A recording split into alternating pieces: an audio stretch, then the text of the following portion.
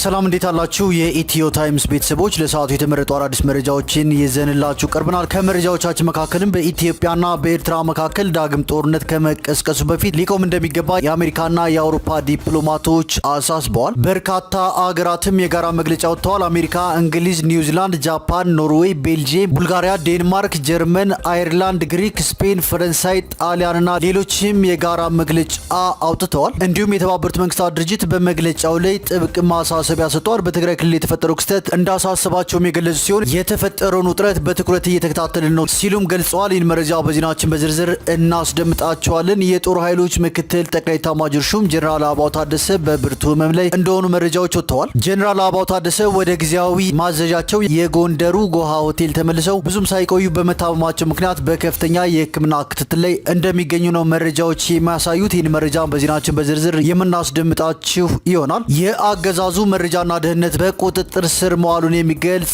አዲስ መረጃ ተሰምቷል። ከምዕራብ ጎጃም ዞን ባህር ዳር ዙሪያ አዴት ወረዳ የመጣው የአገዛዙ መረጃና ደህንነት ግለሰብ አቶ ይከተል ሽባባው ሉሌ የአማራ ፋኖ በወሎ ቤተ አማራ ላስታ አሳምነው ኮርስ ስር ከህዝቡ በተሰጣት ጥቆማና ራሷን ባደረገችው ስለላ ተፈራ ማሞ ክፍለ ጦር በቡግና ወረዳ አይና ከተማ እሁድ የካቲት 30 ቀን 2017 ዓ.ም ከጠዋቱ 1 ሰዓት ላይ አይና ኢየሱስ ቅጥር ግቢ ውስጥ ልታውለው እንደቻለች ነው የተገለጸው። የአገዛዙ መረጃና ደህንነት በቁጥጥር ስር መዋሉን ተከትሎ የወጡ መረጃዎችንም በዜናችን እንመለከተዋለን። ከነዚህ መረጃዎች በተጨማሪ ሙዚቀኛ አንዱዓለም ጎሳ በእጮኛው ቀነኒ አዱኛ ሞት ተጠርጥሮ በዛሬው ዕለት ፍርድ ቤት መቅረቡን፣ የኢትዮጵያ የምግብና መድኃኒት ባለስልጣን 5 የገበታ ጨው አይነቶች ህብረተሰቡ እንዳይጠቀም ማሳሰቡን፣ እንዲሁም ከውጪ አሜሪካ 450 ሺህ የጉጉት ወፎችን ለመግደል ማቀዷን የሚገልጽ አስገራሚ መረጃም ተሰምቷል። ክቡራትና ክቡራን የኢትዮ ታይምስ ቤተሰቦች እነዚህንና ሌሎች ለሰዓቱ የተመረጡ አዳዲስ መረጃዎችን ይዘንላችሁ ቀርበናል። ቻናላችንን ሰብስክራይብ በማድረግ የደውል ምልክቷን በመጫንና መረጃውም ለብዙዎች እንዲዳረስ ላይክ በማድረግ እስከ መጨረሻው አብራችሁን ቆዩ።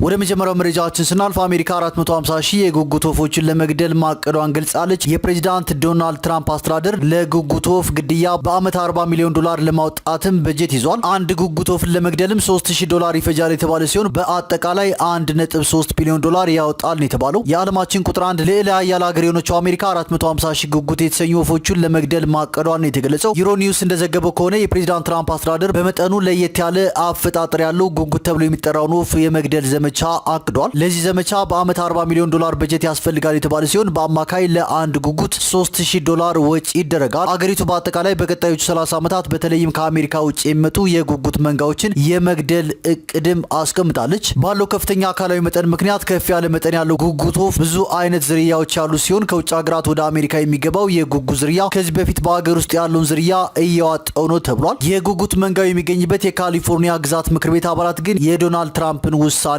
ተቃውሟል። አባላቱ የጉጉት ወፎችን ለመግደል ከፍተኛ ወጪ አልሞ ተኳሽና ሌሎች የስነ ህይወት ጉዳት የሚያደርስ ነው በሚል እቅዱን እንደተቃወሙትም ተገልጿል። የአሜሪካ አሳና የዱር እንስሳት የተሰኘው ተቋም ይህን እቅድ እንዲያስፈጽም ኃላፊነት የተሰጠው ሲሆን በዚህ ዓመት ብቻ 2700 የጉጉት ወፎችን ይገድላሉም ተብሏል።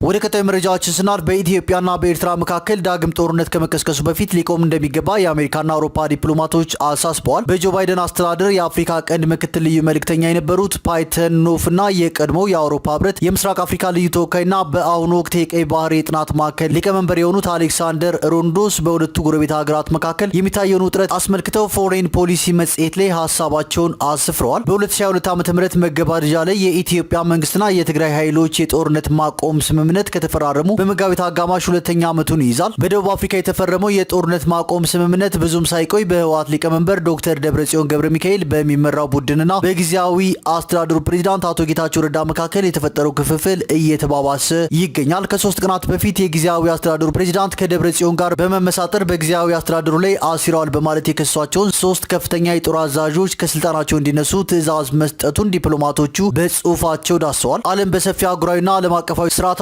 ቁርጠኝነት እየተናጠች በምትገኝበት በዚህ ወቅት በትግራይ ያለው የፖለቲካና የጸጥታ ሁኔታ መበላሸት በኢትዮጵያና በኤርትራ መካከል ጦርነትን ሊያስከትል እንደሚችልም አሳስበዋል። የትግራይ ክልል ጊዜያዊ አስተዳደር ፕሬዝዳንት አቶ ጌታቸው ረዳ በዛሬው ዕለት የክልሉን ወቅታዊ ሁኔታ አስመልክተው በሰጡት ጋዜጣዊ መግለጫ አንዳንድ ወታደራዊና ፖለቲካዊ አመራሮች ከኤርትራ ጋር ግንኙነት እንዳላቸው እናውቃለን ሲሉ መናገራቸው ይታወሳል። እንዲህ ያለው ሁኔታ የሱዳንን ጨምሮ በአካባቢው ያሉ ጦርነትና ግጭቶችን በማባባስ እንዲሁም ተጨማሪ አለመረጋጋት እንዲፈጠር በማድረግ ዓለም አቀፍ ሰደድ እሳት ሊፈጠር ይችላል ሲሉ ዲፕሎማቶች ተናግረዋል። በባህረ ሰላጤው ሀገራት ቀይ ባህርን ለመቆጣጠር የሚደረገው ፉክክር በአፍሪካ ቀንድ ሁኔታዎች ላይ የራሱን የሆነ ተጽዕኖ ሊያሳርፍ ይችላል። በትግራይ ጦርነት ወቅት የኤርትራ መንግስት መሳተፉ ቢገለጽም በፕሪቶሪያው የሰላም ስምምነት ላይ የፕሬዝዳንት ኢሳያስ አፈወርቂ መንግስት እንደ አንድ ፈራሚ አካል አልተሳተፉም። በሁለቱ ዲፕሎማቶች ጽሑፍ መሰረትም ከዚህ በኋላ በአዲስ አበባና አስመራ መካከል አለመተማመንና ጥርጣሬ ሰፍኗል። አዲስ አበባ የፕሪቶሪያውን ስምምነት በማፍረስ ትግራይን በማተራመስና በሌሎች ኢትዮጵያ ውስጥ ታጣቂ ቡድኖችን ትደግፋለች በሚል በአስመራ ላይ ወቀሳ ስታቀርብ፣ ኤርትራ በበኩሏ የኢትዮጵያ በቀይ ባህር ወደብ ላግኝ ጥያቄ በአሰብና ምጽዋ ወደብ ላይ አዛዥ ለመሆን ከመፈለግ የመነጨ ነው ትላለች። በሁለቱም በኩል ያሉ የቃላት ምልልሶችና የጦርነት ዝግጅቶች በሀገራቱ መካከል ጦርነት ሊያስከትል እንደሚችል አመላካች ናቸውም ተብሏል። በመሆኑም በትግራይ በሚገኘው ክፍፍል የሚፈጠረው የእርስ በርስ ግጭትም ሆነ በኤርትራና በኢትዮጵያ መካከል የሚከሰት ጦርነት በአካባቢው ብቻ ተወስኖ እንደማይቀር ዲፕሎማቶቹ አስጠንቅቀዋል። ሱዳን በእርስ በርስ ጦርነት እየተናጠች ነው። ሶማሊያ የአልሸባብና ከሌሎች አክራሪ ኃይሎች ጋር በምታደርገው ጦርነት ለብቻዋ የጸና መንግስት ማስተዳደር ተስኗታል። ከኤርትራ የባህር ዳርቻ 289 ኪሎ ሜትር ርቀት ላይ የየመኑ ሀውቲ በቀይ ባህር ላይ ጥቃት መሰንዘሩን ቀጥሏል። በኢትዮጵያና በኤርትራ መካከል ያለው ፍጥጫም ወደ ጦርነት የሚያድግ ከሆነ ሰሜን ምስራቅ አፍሪካንና በጂኦፖለቲካዊ ጠቀሜታ ወሳኝ የሆነውን ቀይ ባህር ላይም ችግር ሊጋርጥ ይችላል። በመሆኑ በአካባቢውና ባህሩ ላይ ፍላጎት ያላቸው የባህረ ሰላጤው አገራትና አሜሪካ ይህ ከመሆኑ በፊት ጣልቃ በመግባት ፍጥጫው የሚበርድበትን መንገድ እንዲፈልጉ የአሜሪካና የአውሮፓ የአፍሪካ ቀንድ ልዩ መልእክተኞች አሳስበዋል። እነዚህ በርካታ ሀገራትም የጋራ መግለጫ አውጥተዋል። አሜሪካ፣ እንግሊዝ፣ ኒውዚላንድ፣ ጃፓን፣ ኖርዌይ፣ ቤልጅየም፣ ቡልጋሪያ፣ ሴች፣ ዴንማርክ፣ ጀርመን፣ አየርላንድ፣ ግሪክ፣ ስፔን፣ ፈረንሳይ፣ ጣሊያን፣ ሉክሰምበርግ፣ ሃንጋሪ፣ ኔዘርላንድ፣ ኦስትሪያ፣ ፖርቹጋል፣ ሮማኒያ፣ ስሎቬኒያ፣ ፊንላንድ፣ ስዊድን እና የተባበሩት መንግስታት ድርጅት ተወካዮች በጋራ ባወጡት መግለጫ በትግራይ ክልል የተፈጠረው ክስተት እንዳሳስባቸው የገለጹ ሲሆን የተፈጠረውን ውጥረት በትኩረት እየተከታተልን ነው ብለዋል። በፈረንጆቹ በህዳር 2022 ዓ.ም በደቡብ አፍሪካ ፕሪቶሪያ የተደረሰውን ስምምነት እንደግፋለንም ያሉ ሲሆን ሁሉም አካላት ስምምነቱን እንዲያከብሩ ለመደገፍ ዝግጁ ነን ብለዋል። ወደ ቀጣዩ መረጃችን ስናልፍ ጀነራል አበባው ታደሰ በጠና ታሟል የሚል መረጃ ተሰምቷል። የጦር ኃይሎች ምክትል ጠቅላይ ኤታማዦር ሹም ጀነራል አበባው ታደሰ በብርቱ ህመም ላይ መሆናቸውን ኢትዮ 251 ሚዲያ ዘግቧል። በጡረታ ተሰናብተው የትግራይን ጦርነት ተከትሎ የተመለሱትና የሙሉ ጀነራልነት ማዕረግ የተሰጣቸው ጀነራል አበባው ታደሰ በአማራ ክልል የሚካሄደውን ጦርነት ላለፉት 18 ወራት እየመሩ ይገኛሉ። ጀነራል አበባው ታደሰ ወደ ጊዜያዊ ማዘዣቸው የጎንደሩ ጎሃ ሆቴል ተመልሰው ብዙም ሳይቆዩ በመታመማቸው ምክንያት በከፍተኛ የሕክምና ክትትል ላይ ይገኛሉ የተባለው ለወትሮ ወደ አማራ ክልል የሚመላለሱ አመራሮችን በመቀበል የሚታወቁት ጀነራል አበባው ታደሰ ምክትል ጠቅላይ ሚኒስትሩን ከቀናት በፊት ሳይቀበሏቸው ቀርተዋል። በተደጋጋሚም አለመታየታቸው ተስተውሏል። ወደ ቀጣዩ መረጃዎችን ስናልፍ የኢትዮጵያ የምግብና መድኃኒት ባለስልጣን 5 የገበታ ጨው አይነቶች ህብረተሰቡ እንዳይጠቀም አሳስቧል። የኢትዮጵያ የምግብና መድኃኒት ባለስልጣን የተለያዩ የገበታ ጨው ምርት አይነቶች በሚመለከተው አካል የደረጃ ምልክት የመጠቀም ፍቃድ ሳይኖራቸው በመገኘታቸው ህብረተሰቡ እንዳይጠቀማቸው አሳስቧል። ባለስልጣኑ በቅርቡ ገበያ ላይ ባደረገው ቁጥጥር 5 የተለያዩ የገበያ ጨው ምርቶች የብሔራዊ የደረጃ ምልክት የመጠቀም ፍቃድ ሳያገኙ ምልክቱን ለጥፈው ገበያ ላይ ውለው መገኘታቸውን የባለስልጣኑ የህዝብ ግንኙነትና ኮሚኒኬሽን ዋና ዳይሬክተር አቶ አበራ ደመቀ ተናግረዋል። በመሆኑም እነዚህ ምርቶች ጥራታቸውና ደህንነታቸው ያልተረጋገጡ በመሆናቸው ህብረተሰቡ እንዳይጠቀማቸው ባለስልጣኑ አሳስቧል። ጥቅም ላይ እንዳይውሉ የተባሉት ምርቶች ሊኑ የገበታ ጨው፣ ታሪክ የገበታ ጨው፣ ቤ የገበታ ጨው፣ ሽማ አዮዳይዝድ እና ጂኤም አዮዳይዝድ ጨው በሚባል ምርት ስም የሚጠሩ መሆናቸውን አቶ አበራ ጨምረው ተናግረዋል። ወደ ቀጣዩ መረጃችን ስናልፍ የአገዛዙ መረጃና ደህንነት በቁጥጥር ስር እንደዋለ መረጃ ተሰምቷል። ከምዕራብ ጎጃም ዞን ባህር ዳር ዙሪያ አዴት ወረዳ የመጣው የአገዛዙ መረጃና ደህንነት ግለሰብ አቶ ይከተል ሽባባው ሉሌ የአማራ ፋኖ በወሎ ላስታ አሳምነው ኮር ስር ከህዝብ በተሰጣት ጥቆማና ራሷን ባደረገችው ስለላ ተፈራ ማሞ ክፍለ ጦር በቡግና ወረዳ አይና ከተማ እሁድ የካቲት 30 ቀን 2017 ዓ.ም ከጠዋቱ 1 ሰዓት አይና ኢየሱስ ቅጥር ግቢ ውስጥ በቁጥጥር ስር ልታውለው እንደቻለች ነው የተሰማው። ግለሰቡ የተያዘው የቆሎ ተማሪ በመምሰል በቡግና ወረዳ አይና ከተማ የሚውለውና የሚያድረው በኢየሱስ በሚካኤልና መድኃኔዓለም ቤተክርስቲያናት በተደጋጋሚ ለየት ያለ ባህሪ ያሳየ እንዳለ የተጠራጠሩና የማህበረሰቡ ክፍሎች መረጃውን ለተፈራ ማሞ ክፍለ ጦር ያደረሱ ሲሆን ልዩ ክትትል በማድረግም ሊያዝ ችሏል። ይህ የአገዛዙ መረጃና ደህንነት ግለሰብ በቁጥጥር ስር በዋለ ዕለትና በተደጋጋሚ በተደረገ ማጣራት ከራሱ አንደበት በሰጠን መረጃ መሰረት አገዛዙ ባህር ዳር ላይ 30 ግለሰቦችን በመመልመልና ለዚህ ዓላማ የ6 ወር ስልጠና በማሰልጠን በአራቱም የአማራ ግዛቶች ወሎ፣ ሸዋ፣ ጎንደርና ጎጃም እንደተበተኑ መናገሩን የአማራ ፋኖ በወሎ የላስታ አሳምነው ኮር በመግለጫው አመላክቷል። እንደ መረጃው ከሆነ ባህር ዳር ላይ አበበ ፀሐዩ የተባለ የመከላከያ አመራር 4000 ብር የኪስ ገንዘብ አስይዞ ወደ ቅዱስ ላሊበላ ከተማ እንደላከውና ቅዱስ ላሊበላ ከተማ ላይም አንደኛ ታዘበው ጸጋይ፣ ሁለተኛ አዳነ ዳኘው፣ ሶስተኛ የጸዳው አወቅ የተባሉ የመከላከያ ደህንነቶች ተቀብለው 2000 ብር የኪስ ገንዘብ ሰጥተው ወደ ቡግና ወረዳ አይና ከተማ በመኪና አሳፍረው እንደላኩት መናገሩ ተዘግቧል። ይህም የአገዛዙ መረጃና ደህንነት የተሰጠው ተግባርም ፋኖችና የፋኖ አመራሮች ያሉበትን ቦታ ማጥናትና መለየት፣ ካምፖቻቸውን ማወቅ፣ ብዛት ያላቸው የፋኖ አባላትና አመራሮች በእግርም ሆነ በትራንስፖርት ከየት ወዴት እንደሚንቀሳቀሱ ማጣራትና ማሳወቅ እንዲሁም ፋኖችንና የፋኖ አመራሮችን በአንድ ላይ ባሉበት በድሮን ለመምታት ባህር ዳር ለሚገኘው የአገዛዙ መረጃና ደህንነት ቡድን መደወልና መረጃ ማድረስ ተልእኮ ነው የተሰጠኝ ሲል በአንደበቱ መመስከሩን የአማራ ፋኖ በወሎ የላስታ አሳምነው ኮር አሳውቋል። ይህንን ተልእኮ እንደጨረሱም ራሱንና ሌሎች ባልደረቦችን ጨምሮ ለእያንዳንዳቸው 700 ሺህ ብርና ሌሎች ጥቅማ ጥቅሞችን እንደሚሰጡ አፈጻጸማቸው ተገምግሞ ሌላ ተልእኮ እንደሚጠብቃቸውም አሳውቋል።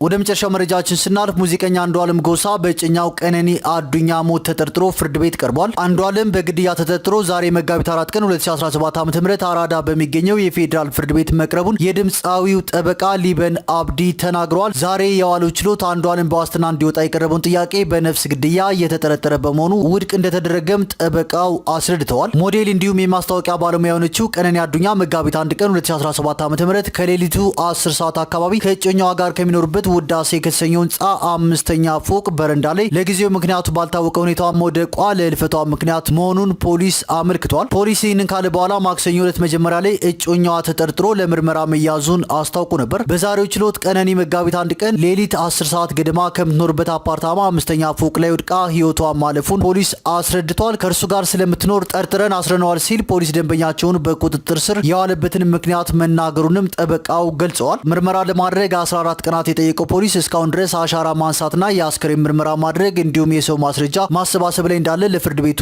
አስረድቷል። አሁን ለምርመራው ፎቶግራፎችን ከመዝገቡ ጋር ለማያያዝ የሰዎችን ምስክርነት ለመሰብሰብና የአስክሬን ምርመራ ውጤት እስኪመጣ ድረስ ምርመራ ለማድረግ 14 ቀናት እንጠይቃለንም ብሏል። ይህ በእንዲህ እንዳለም የድምፃዊ አንዱዓለም ጠበቃ የፖሊስን ጥርጣሬ በዚህ ችሎት መቃወማቸውን ገልጸዋል። በመካከላቸው ምንም ችግር አልነበረም። በዚያ ቀንም በሰላም ውለው እርሷ ፎቶ ስትነሳ እርሱም ከጓደኞቹ ጋር ለኮንሰርት ሲዘጋጅ ነበር። ወደ ቤት ሲገቡም በመካከላቸው ምንም ጸብ አልነበረም። በክርስቲያኖች ዘንድ የሚጾመው የሁዳዴ ጾም ከተፈታ በኋላ ሽምግልና ልኮ ለመጋባት ተስማምተው ዝግጅት ላይ ነበሩ። ስለዚህ በመካከላቸው እርሷን ለመግደል የሚያበቃ ምክንያት አልነበረም ሲሉ ጠበቃው መከራከራቸውን ገልጸዋል። አክለውም ፖሊስም አሁን ወድቃ ተገኝቻል እንጂ እርሱ እንደገፈተራት የሚያሳይ ነገር ስለሌለ አሁን ባለው ሁኔታ ቀነኒ ራሷን መግደሏን እንጂ በሌላ ግለሰብ ወይም በእኔ ደንበኛ መሞቷን አላስረዳም በማለት በዋስትና እንዲለቀቅ መጠየቃቸውን ተናግረዋል። በተጨማሪም አርቲስት አንዱዓለም ቋሚ አድራሻ ስላለውና በማንኛውም ሰዓት መቅረብ ስለሚችል እንዲሁም አሁን አዘን ላይ ስላለ ወጥቶ እንዲያስተዛዝን የዋስትና መብቱ እንዲጠበቅ መጠየቃቸውን ተናግረዋል። ሆኖም ፍርድ ቤቱ የዋስትና ጥያቄውን ውድቅ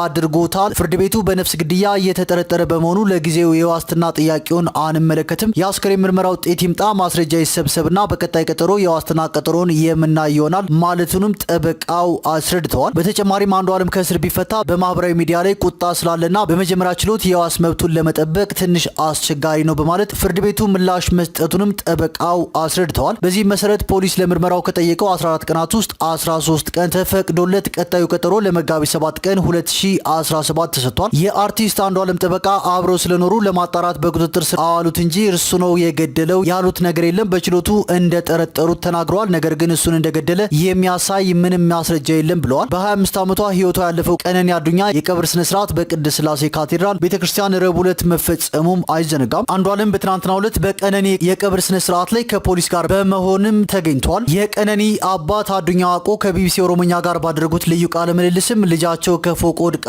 ሞታለች ብለው እንደማያምኑ ተናግረዋል። ደውለው ልጅቷ ከፎቅ ወድቃለች ብለው ተናገሩ። ልጅቷ ከፎቅ ላይ አትወድቅም፣ የተረጋጋች ለለውጥ የምትሰራ ራሷን የምትቀይር ቤተሰቧን ለመለወጥ የምትሰራ ናት፣ ስለ ነገ ታስባለች፣ እንደዚህ አይነት ተልካሻ ነገሮችን አታደርግም ሲሉ ነው የቀነኒ አባት አዱኛ ዋቆ የተናገሩት። ከቢቢሲ ኦሮሞኛ ጋር በነበራቸው ቃለ ምልልስ ወቅት ራሷን ከፎቅ ወረወረች የሚለው ነገር አይዋጥልኝም፣ ሰው ጎድቷት እንድታደርግ ገፋፍቷት ካልሆነ በስተቀርም ብለዋል። እኛ የምንፈልገው ፍትህ ብቻ ነው፣ እኛ የምንፈልገው የልጃችንን ደም እንጂ ሌላ አይደለም ሲሉም ተናግረዋል። አስከትለውም ሆኖም አንዷለምና ቀነኒ ጥሩ ግንኙነት እንዳላቸው አውቃለሁ ብለዋል። በምዕራብ ሐረርጌ ዞን ዳሮ ላቦ ወረዳ በሚጬታ ከተማ የተወለደችው ቀነኒ ከልጅነቷ ጀምሮ በትምህርቷ ጠንካራ እንደነበረች የህይወት ታሪኳ ያስረዳል። በ2011 ዓ.ም ከአርባ ምንጭ ዩኒቨርሲቲ በሃይድሮሊክስ እና ዋተር ኢንጂነሪንግ ተመርቃለች። ከዚያ በኋላም በኦሮሚያ ውሃና ኢነርጂ ቢሮ ለተወሰነ ጊዜ ሰርታለች።